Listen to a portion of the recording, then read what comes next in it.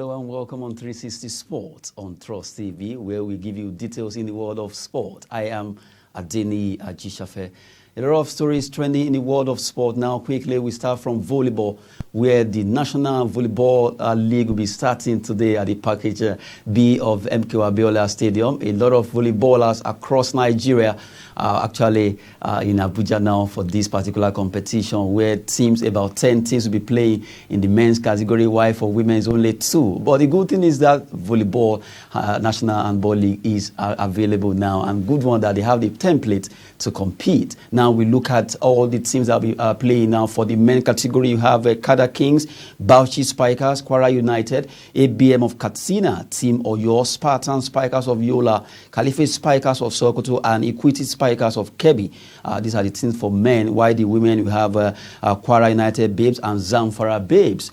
They are the teams that will be coming up in this event, talking about the National Division 1 Volleyball League. Good one there, coming from the National Volleyball Federation, led by Engineer Musa Nimrod, getting this particular template for all the volleyballers to compete in volleyball. Away from volleyball, quickly we move straight to talk about cricket, where Nigeria actually lost against Tanzania in the African World Cup qualifiers that is taking place over there in Kigali, Rwanda. Nigeria is playing alongside Kenya, Uganda, and Tanzania in their group, and as it is, we just have to win our next game. Although as we speak right now, the match against Kenya is ongoing over there in Kigali, and we hope that our Yellow Greens team will do well in cricket. Well, Nigeria is trying to get a better team when it comes to this sport of cricket, and hopefully they can get it better against Kenya after losing against Tanzania. From cricket, we move straight to another story now. This time around, let's quickly talk about some transfer gossip in football, where Laporta, Barcelona president, is not ruling out the idea of getting Lionel Messi and Andre Iniesta back to Barcelona. According to him, if Daniel Alves could do it, and he's still believing that nothing should be ruled out, that Messi and Iniesta can actually come back to Barcelona. Well, we actually wait for that to happen. A lot of people are waiting, because right now Messi has not really clicked in PSG since his move. So if he comes back to Barcelona, it's always a home for him. And Andre Iniesta, who plays over there in Japan, will also make his way back as Daniel Alves has done. All of them want to play with play for Xavi, their former teammate. Now, from that story, now we quickly look at Arsenal. Arsenal striker Alexander Lacazette could be offered a short-term deal, according to the information coming from the team called the Gunners. Arsenal are not looking at a long-term deal for Lacazette. They are looking at a short-term deal for the 32-year-old French striker. Well, Arsenal are being careful now, trying to offer a short-term deal for the French striker. We just give you some sport tidbit there. Now we go straight to the topic of today, and we have in the studio someone that will be talking about grassroots football development in Nigeria, Mr. Mike Idoko. Mike Idoko, good to have you in the studio. Thank you very much. It's a pleasure. Good one. Now we look at grassroots football development in Nigeria. This is a topic that all of us wants to talk about, because without the grassroots, it's like you are building a house without a foundation. Exactly. Now, before I will go into the main topic, the grassroots football development in Nigeria, give us, you are with Tiki Taka, you are the president. Tell us, what is Tiki Taka all about? Yeah, Tiki Taka is a Swedish, based developmental football company, and we have I'm the Nigerian president, and Tiki Taka bring young players together, harness them, develop them, both mentally. It's not only how to play, not to play the football itself. We have been, we develop them, try to make them live a life that's after football, or even in their own home. You understand? So that is the main thing that we do in Tiki Taka. Apart from that too, we take them, at every year, there's this tournament, Gotia Cup. It's the biggest youth tournament all over the world. It takes place in Sweden every August. but because of the COVID, the one that will have taken place this year was pushed to next year. So we normally get the boys together because we have the under 17 and then on the under 19, because it's not every one of them that will be opportune to break into the national team, either under 17 or under 20, you know. So we give them that opportunity, and what we normally do is that after grooming them here, like I mentioned earlier, there's this tournament that goes on in Sweden, Gothia Cup. We move them there. They don't bring one kobo. It is Tiki Taka that pays their fare, do visa for them, and then give them opportunity. In a nutshell, you promote grassroots football. Promote grassroots football. Okay, now let's now come to the topic that we are looking at, grassroots football development in Nigeria. Yeah. This particular foundation for every nation in the whole world, grassroots football or grassroots sport, but today we are talking football. Grassroots football is the foundation of any team, because that's where you can get them young, by catching them young, and from there to the age grade football. Now, you as an advocate of grassroots football and as ex-vice chairman of Lobby Stars and all the position you've held, you know much about this particular area of football. What can you say about Nigerian grassroots football development? Yeah, I want to agree with you, because if you check, you see the Super Eagles now is not as, is having challenges with the play. Unlike if prior to the 1996, you know, Atlanta gold medal that we had, you know. So if you check, we started, I think, 1985, where we won the World Cup, Kodak Cup, if you remember, I think in Japan or something like that, yeah. Now, they used to graduate, you know, from under 17 to under 20, then of course the Super Eagles or the Green Eagles then that they used to, you know, called it. Yeah. We are not, you know, we are not taking it serious the way we expected to take it, you know, like that. But I know that the NFF, they have an under 15 team, you know. But what do we do to project these boys? Most of them at the end, maybe after under 15, you will not see them again, one thing or the other. So I am an advocate of youth, you know, developing youth from the grassroots then up to the senior level. The senior level. I think that answers your question. Okay, now, what are the challenges? Because there are so many challenges. Maybe I should just mention a few. Number one, issue of godfatherism is there. Yes. Age cheat is there. So, what are, maybe there are more. Since you are into that line, maybe you can add us, give us more concerning these challenges. Yeah, you see, just like you pointed out, what Tiki Taka does is that we go to get their, you know, apart from birth certificate, their primary school certificate. You understand? So that is then to cut off this age cheat. You know. So, and then you know you have the issue of that bone test that they used to do. At times, it's not 100% perfect. You know. So, I think what we can do, it is difficult to stop that age cheat, but with going maybe through their primary school certificate, the primary school they attended, you visited them, you visit that place, make sure you get it, you get the certificate out, at least the year will show. It will show. You can use that to trace their age, so that they are not cheating on their age. Exactly. Okay, now what about the issue of godfatherism? Is another challenge. Yes. Because, for example, while talking to some players, at the area 3 playground, that was on Wednesday. Some of them mentioned, a player even mentioned that the issue of godfatherism, if you don't know anyone, you cannot break through to maybe Super Eagles or even being picked for the junior teams, which is a big monster eating deep into our football. I agree with him in totality, but and I want to show it clearly here too, that any player that is good you can't hide that player. Okay. You understand what I'm saying? So if you are good, you know, you need, yes, you need to showcase, you know, your talent. You have to prove that you are good. And the issue of godfatherism is not only in sports. It's all over the aspect of our lives. You understand? Other sectors too. You can't take that away. Yeah, so that is what I can say, you know, for that. Okay. Now we've mentioned some challenges facing grassroots football development in Nigeria. A lot of people are looking at what are the solutions. These two monstrous challenges that we mentioned.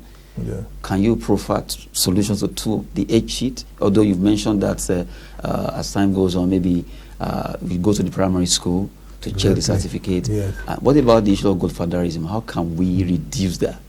You know, the basic thing is, like I said, if you are good, you are good. Nobody can take it away from you. Mm. And it's not, and I'll repeat, that it's not only football that you have the issue of godfatherism. In other aspects of our lives, too, there's godfatherism. But it's not helping us. I want to state it clearly here. And that is, you know, I have my philosophy. If you are good, you are good. You are good. And how did I get that? I'm privileged to have been the only football administrator that have worked in 6 out of the geographical zone in Nigeria successfully. I'm from Benue State. I'm privileged to have worked in Ondo State. I'm privileged to have worked in Delta State with Warri Wolves. I'm privileged to have worked in Anambra with Jasper United. I've worked with Kano Pillars. And I've worked with many teams. So since I'm from Benue and I was given, in Sunshine Stars, I was the chairman.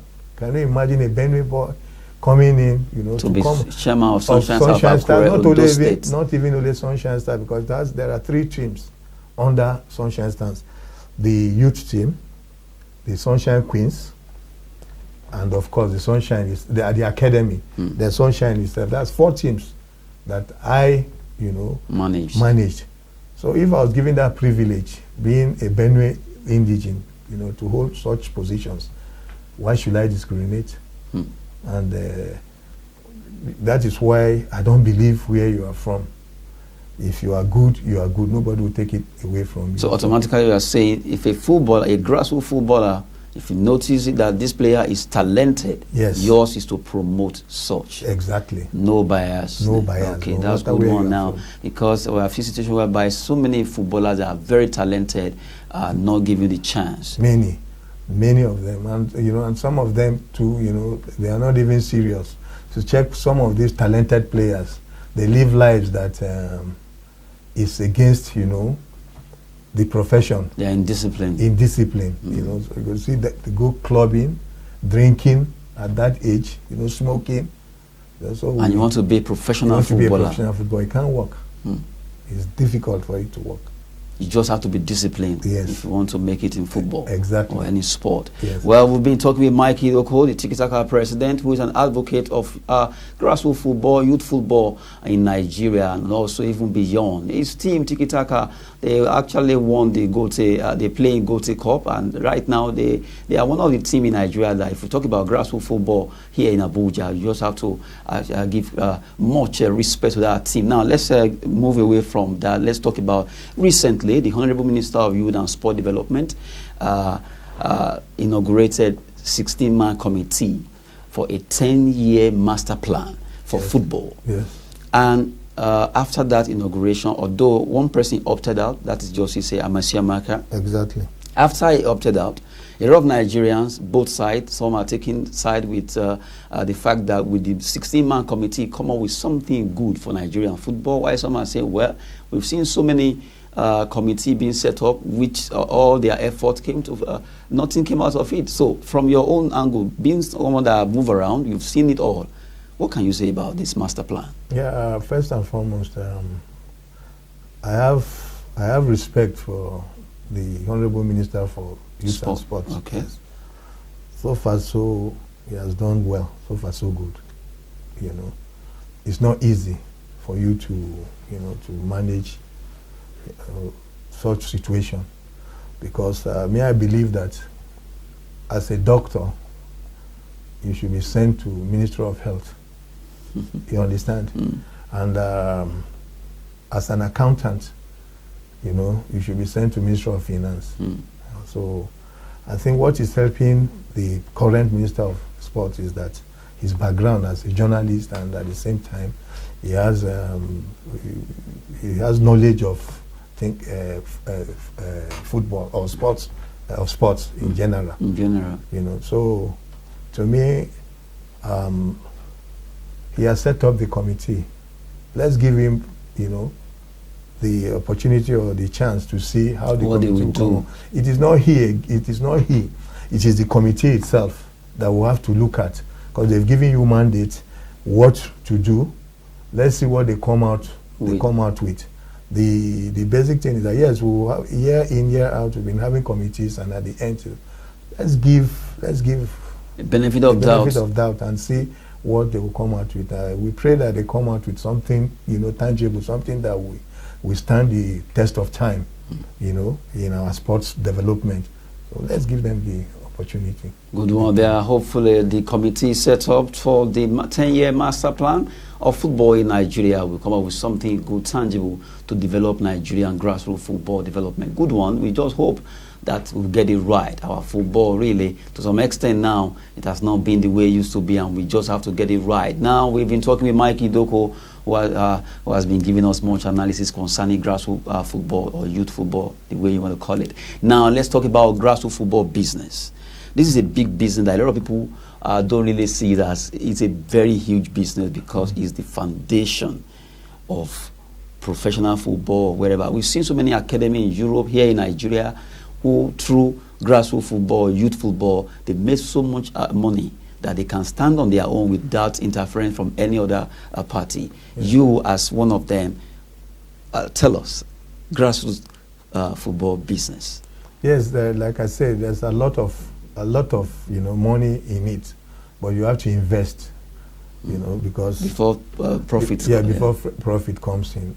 What most people don't know is that, like a player, you transfer a player. Where the money is. I want to let you know where the money is. You transfer a player now, maybe to just like to a premier.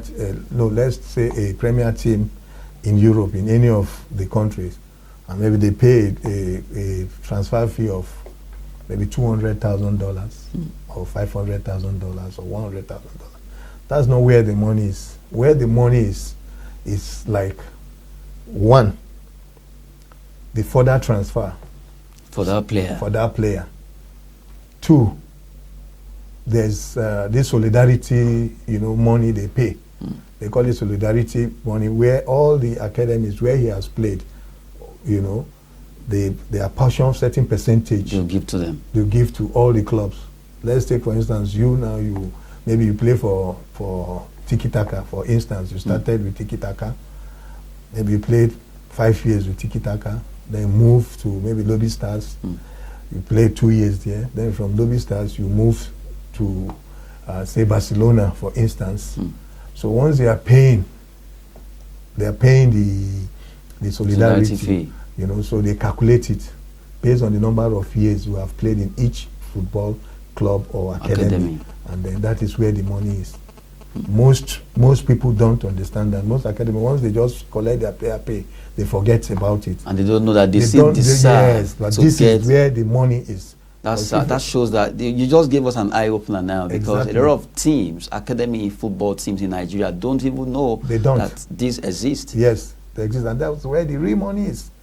They just the have kind to of money wait. that comes out from that solidarity money is enough to build, more players, to get more players. For that academy. Yeah, for the academy, a stronger academy. But you see, some people are very smart. They don't want to, like some agents, they don't want to show that aspect of it. They cover it all. Try to cover. When they give you big money, you think that is all. You don't know where the real money is. It's in the solidarity. well football academy out there. Just to let you know, as he has mentioned, there is a big business in the world of grassroots football. You just have to open your eyes. And before I let you go, you're talking about football academy, the business. Now, in Nigerian football academy business, as a grassroots football developer, do you think it's getting better? Yeah, it's getting better in the sense that, you see, we circulate old players. You understand, in the Nigerian Premier League, I'm as old as the Nigerian Premier League, so I should be able to tell you I'm authority when it comes to that. So we circulate old players. This season, you see this player here. Yes, in Team A. After, he will not even wait for his contract to expire. He moves to another team because they give him bigger money. But now, you see that most clubs, what they do now is that they go for younger players. They go to academy to pick players because the academy player wants to make a name. If you give him the opportunity, he will excel. You understand? He will excel. And before he realizes, start behaving like the older players, you have achieved what you want to achieve. You have gotten what you want to get. And then that's why there's need for us, like LMC kept on shouting that we must have academy, we must have a feeder team, so you have to start, training them from that, academy before they graduate into the main team. To the main team, So once we're able to do that, it will be better for us. Because so that we stop all these players that are going around from Wiki to Nasarawa to Lobby, exactly. back to back, just going rigmarolling, going to all these things. They don't help. They don't help us. You understand? So okay, look at what's the name? Bayelsa United, for instance. They built that team. They started from the 3rd division, got to 2nd division, and then winning the FA Cup. So you can see that synergy. You can see that understanding. The way they keep growing. Keep growing because they are together. They are used to each other. Okay. It reminds me of our team, Lobby Stars Football Club, 99. Because we got promotion from 96, from Division 3 to 2 to 1, 99. And we won the Premier League, represented the country in the year 2000, where we got to the semi-final of Champions League. We lost out to Accra of Oaks then, who went ahead to win the trophy that year. So we need to keep these boys together.